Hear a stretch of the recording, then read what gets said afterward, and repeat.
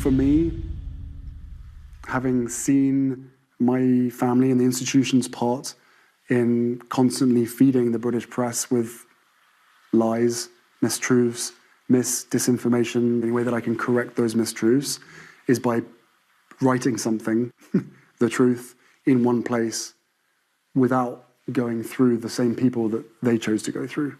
Prince Harry stormed out of a London courtroom today, visibly shaken, after a judge told him in no uncertain terms, "You left the crown, now you live without it." In a brutal ruling that has sent shockwaves through royal watchers and legal experts alike, Prince Harry's $10 million lawsuit seeking a slice of Queen Elizabeth II's inheritance has been crushed by the courts. The judge didn't mince words, calling out Harry's decision to step away from royal duties, and with it, any legal right to royal funds. What followed was a courtroom moment no one saw coming. Hushed gasps, sharp legal rebukes, and a royal grandson left stunned. Was this the final chapter in Harry's royal fallout, or just the beginning of an even deeper divide? Before we continue, please hit the like button, subscribe to the channel, and turn on the notification bell for updates. It began not with a bang, but with a quiet fury that echoed through the silent chambers of the London High Court. Prince Harry, once the beloved spare of the British monarchy and now its most divisive exile, entered the courtroom under a dense cloud of tension and media scrutiny. He wasn't there to shake hands or make polite conversation. He came to fight, not just for money, but for something far deeper: recognition, validation, and perhaps revenge. For months, whispers had circulated through royal corridors and media outlets alike. Prince Harry, stripped of his official titles and royal duties, was preparing to launch a lawsuit to reclaim what he believed was rightfully his $10 million from Queen Elizabeth II's private discretionary estate.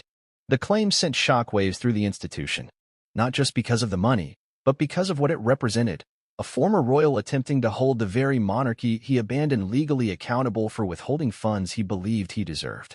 But then came the ruling, and it was brutal. "You walked away from the firm, now live with it." These were not words spoken by a gossip columnist or a bitter family insider.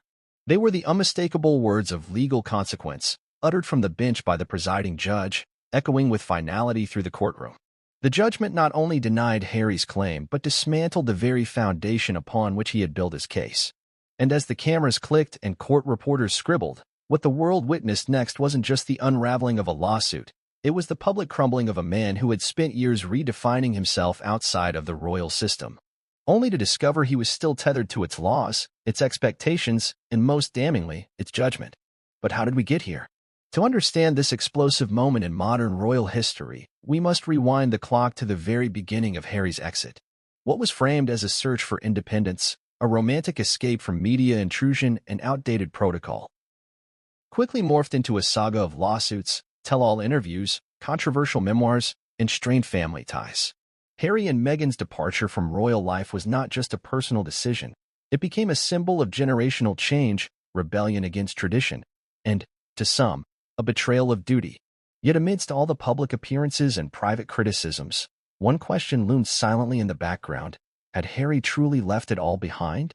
Or was he still clinging to the privileges, protections, and yes, the payouts of the very monarchy he'd so vocally criticized? When Queen Elizabeth II passed away, the conversation around inheritance intensified. Behind the palace gates and golden doors, questions surfaced that even the most loyal subjects dared to ask. How much of the Queen's vast personal wealth would be distributed to her children and grandchildren? Would Prince Harry, now estranged from the institution, receive anything? And if not, would he fight for it? That fight came to a head when legal documents revealed Harry's demand for a portion of the Queen's estate. Specifically, a claim of $10 million he argued had been earmarked for him long before the family rupture. His legal team argued that despite his formal exit, he was still entitled to a share based on familial ties and previous commitments. They presented communications, historic documents, and even testimony from royal household staff suggesting that the Queen had intended for him to be taken care of, no matter what. But the monarchy's legal representatives countered with devastating precision. They laid out a case that reminded the court and the world of Harry's own public declarations. Statements and interviews where he renounced the privileges of royal life, where he admitted he no longer depended on royal funds, and where he claimed that stepping away was about freedom, not finances. They painted a picture not of a wronged grandson, but of a man